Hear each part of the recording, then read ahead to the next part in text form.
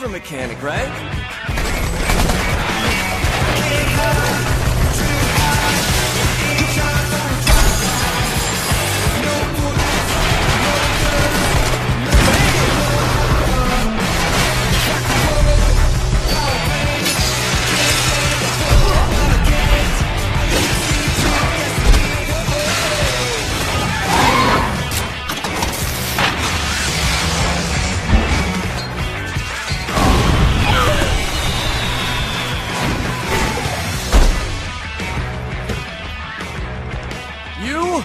Your crates are safe now.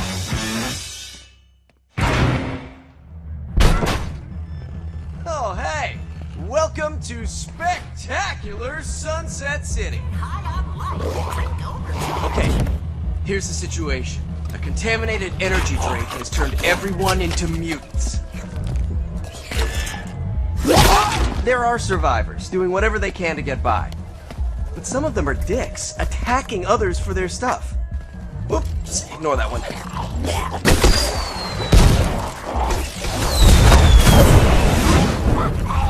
But it's not all bad. All this place needs is a hero. One who doesn't just survive, but does it with style. Who is this hero? Me! Not me? Oh, you! Can you survive the many dangers? Can you help others survive? Can you save Sunset City? Can you? For the love of God, can you? Of course you can. It's a f***ing video game.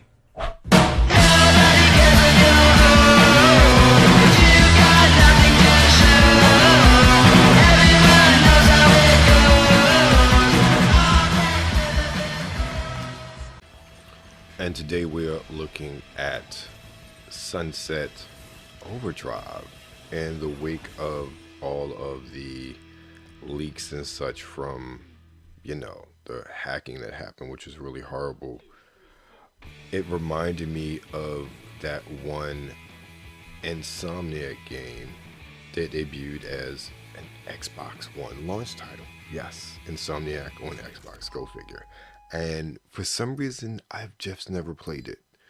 So it was in my gold, games with gold. It's not on Game Pass for some reason. I guess it's something with the licensing with Insomniac. So here we go now. We're in the creator selection. One of the things that I noticed about this game looks really good for a game that's 9 years old. It looks phenomenally spectacular. I love the art style just from the character creator. I can't get my words right today. It's very vibrant. It's very bright. It's lit very well. You would think for something like this, especially with that opening level, that you're going to see that it's very hard to see even in darkness. No, it's very bright. It's very neon. There are lots of colors. So it's just one of those things that really took me off guard. There's a lot of language in this game, which if you're an adult shouldn't really be an issue, but you can tone it down for the kids if you like.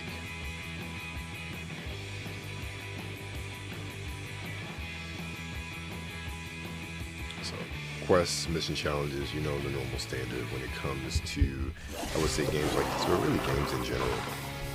So again, I love the design of the mutants. I don't know why it reminded me. I think this is what I thought of this game when I first saw it. That kind of not detracted me, but didn't give me a lot of enthusiasm in playing it. And that was Crackdown 2.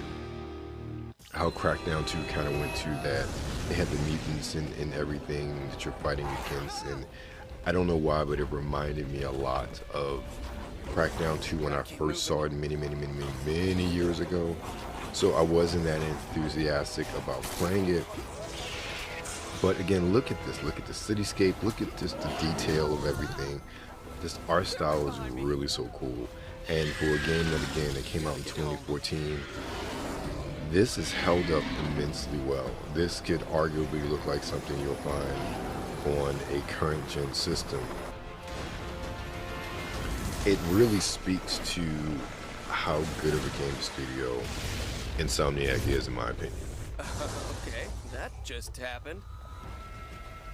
So this opening level tutorial, again, I like playing through the open levels of games in these tutorials because you really get a good sense of what you're going to have to do.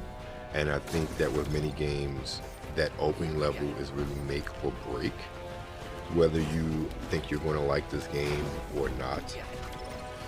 And everything is so effortless, from the grappling to the bounding. Again, control mechanics are similar to other games you play where you do similar things, from the roll to the bounce to the double jump. You know, a lot of these are standard, even the grinding, which you're about to see, and I'm going to die because I didn't have my bearings straight. So just even the grinding is very satisfying, the grinding in this game.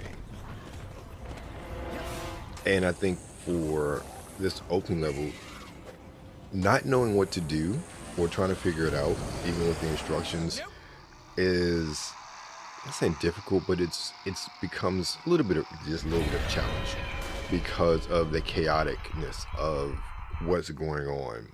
I mean, these mutants are everywhere, explosions everywhere in the background. I love how you respawn. Every respawn is a different sort of animation, and I've seen quite a few in my playtime of this game, not necessarily in this clip, but just as I played more of this game after I started. The respawning is just so funny. I love how you come back, and there's so many different animations. So you finally make it in. Oh, nope. Door's locked. Door's locked. His breath must smell bad.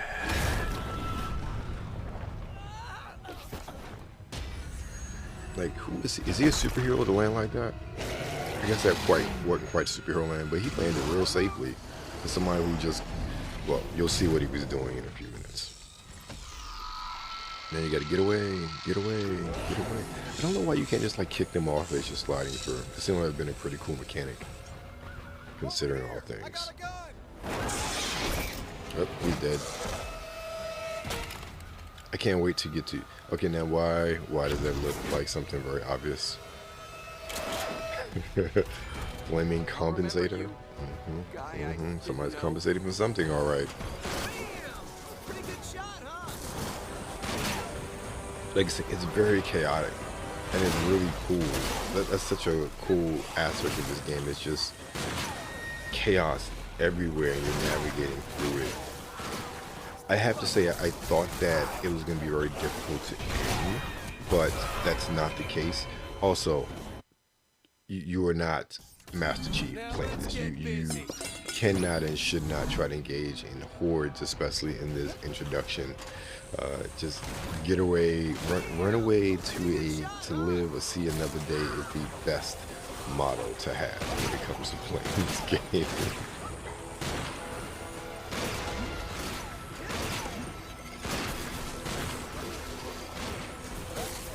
See, the grinding is almost perfection. It's like butter.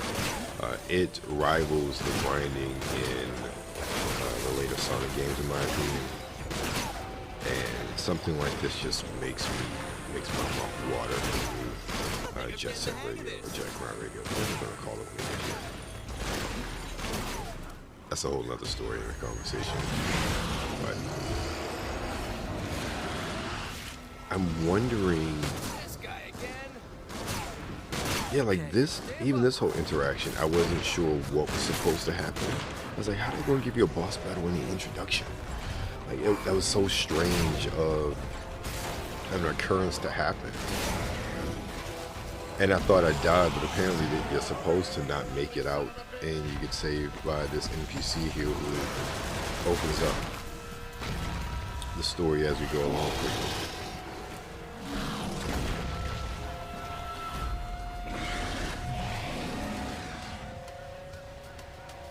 That's how to make a break for it. Thanks. Back to the apartment.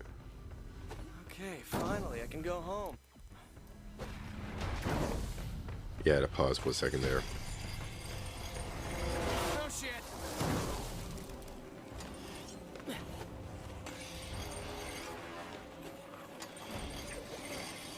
I love how, one of the things I hate about some games is that it's very difficult to find health. Health is just there. It's like you see it is very visible. Again, I love the use of colors in this game so far. The neon green specifically, and I'm assuming it must be around Christmas time with all of the lights and everything. I made it. No, did I make it? Am I gonna die? Yes, I made it. Made it to the apartment. Now I gotta get in. After me. Get in. I got in. Safe. Well, for now.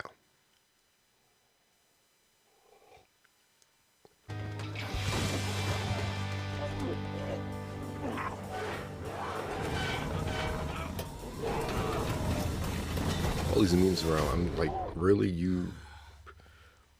Wait a minute, were there bars on those windows?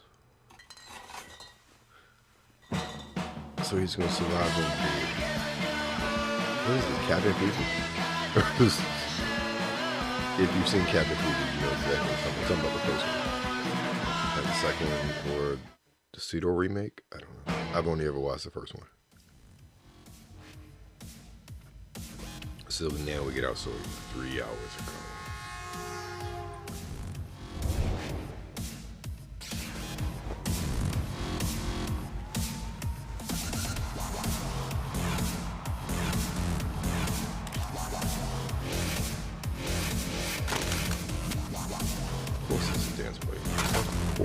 There's some sort of drink that is going to be a culprit for all of this.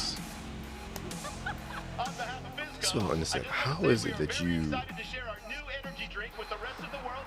as a company in these games, you never tested these drinks before you actually bottled them and sent them out to the mass market for all these things to happen? I always find that very peculiar. Great story device to say, hey, why are there these things running around? But in practical reality, how does that even reach market? Real for real.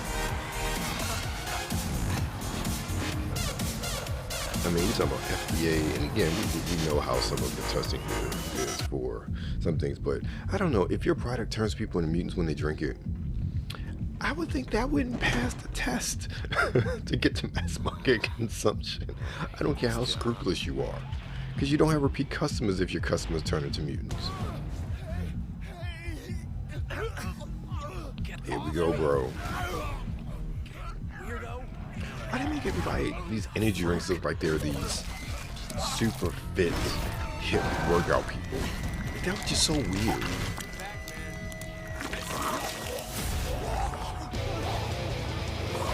Right. You get the crowbar, it's time to run. Can we talk about how this dude is incredibly fit to be, quote unquote, the janitor who's cleaning up everything? Like, that is just so... Like, dude, you're really fit. Get home. I love those. This game is so well put together. The artistic direction is so cool. So, 17 days later. No more job, no more uniform.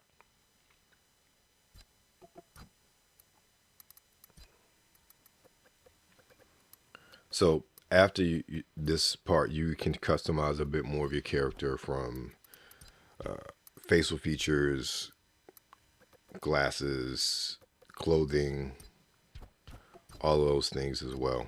So, it's one of those things where you get a bit more character customization.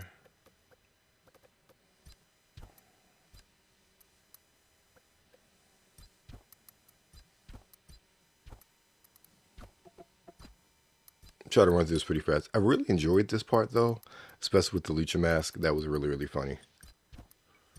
I enjoyed that so much. Again, very quote unquote deep character customization. I went for a bit normal with Outlandish, especially with the mask. I just thought that was a nice touch considering my love of wrestling. As you see, we're out of beer, so now problems start.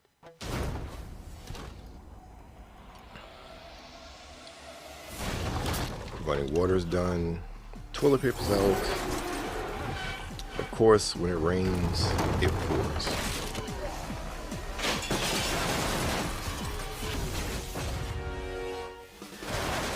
So they're coming. Now, it really took them 17 days to find him in there. And why is this dude, Walter, just lurking around? And that was a badass entrance, it really was. Who are you? I'm Walter, the guy who just saved your ass. There's still a few survivors left in the city. It's so funny, that one just slipped on the entrails of his fellow mutants. So here we get more of a tutorial, learning how to utilize weapons. They're all yours, kid. Show me what you got. Oh, I have to say, I really like using the melee attacks, probably more so than the guns. You're fine. Keep it up. There's something very satisfying about the melee attacks in this game. It's funny, I really see, I don't know, that the shades of the Spider-Man games, like what was to come with these melee attacks specifically, from the acrobatics to the character movements. I really see a lot of the Spider-Man games in this, so I guess this was a precursor to a lot of what Insomniac did in the Spider-Man games. So, as you see, it's very bright and colorful. I'm still amazed at how good this game looks 9 years later. Like, this game came out in 2014. I still, every time I look at it, every time I play it, I still can't believe this is something that came out 9 years ago at the beginning of the last generation. It's one of those things where if you listen to Brian and I talk over the NRW Checkpoint, we asked the question, did we need a new generation of games? Are we really seeing in the current generation of the Xbox Series and the PlayStation 5, are we really seeing something different compared to what we saw last generation?